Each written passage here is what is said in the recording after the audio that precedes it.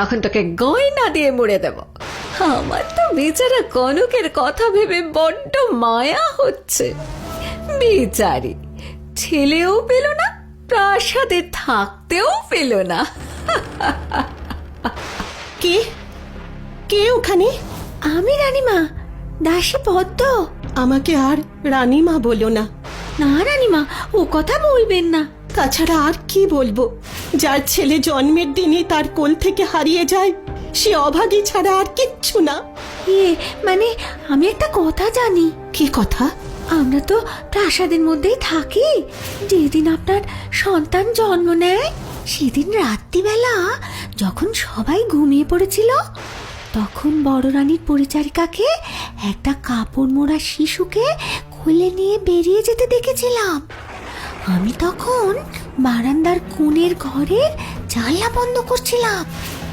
আমার দেখে সন্দেহ হয়, তাই আমি ওর পেছন পেছন যাই। তারপর দেখি যে জলাশয়ের মধ্যে ছেলেটাকে ফেলে দিল। কি সর্বনাশ! কি বলছিস তুই? হে রানীমা, হ্যাঁ, আমি নিজের চোখে দেখেছি। তার মানে বড় রানী আমার প্রতি হিংসেতে এই জঘন্য কাজটা করেছেন? কিন্তু রানীমা, একটা অদ্ভুত জিনিস হয়েছে। কি? আঁচল থেকে বের করে জলে ফেলতেই বাচ্চাটা। যাক বাবা, আমার কাজ শেষ। কেউ এদিকে আসার আগে আমি চলে যাই।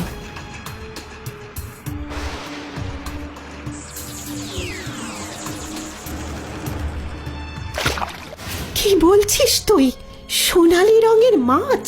হ্যাঁ রানীমা, আমি নিজের চোখে দেখেছি। সন্ন্যাসীর কথা একেবারে অক্ষরে অক্ষরে মিলে যাচ্ছে। রানীমা, আপনি রাজামশাইকে সব কথা বলুন। না রে পদ্ম, তিনি আমাকে অবিশ্বাস করেন। তাই আমি যাই বলি না কেন, উনি সব মিথ্যেই মনে করবেন। তাছাড়া আমি ওনার কাছে 25 বছর সময় চেয়েছি। রাজপুত্রের মুখ ওই সময় আসল রূপে আসবে। তার আগে আমি মহারাজের কাছে যাব না। বেশ, আপনি যা ভালো মনে করবেন। কুমার, কুমার, দেখো তোমার মা এসেছে। আজ তোমার জন্মদিন। সোনা আমার, এসো, একটু পায়েস খেয়ে যাও বাবা।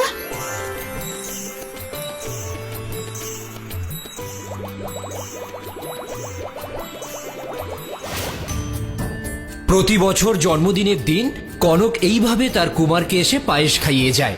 এইভাবেই কেটে যায় 24 বছর। রাজা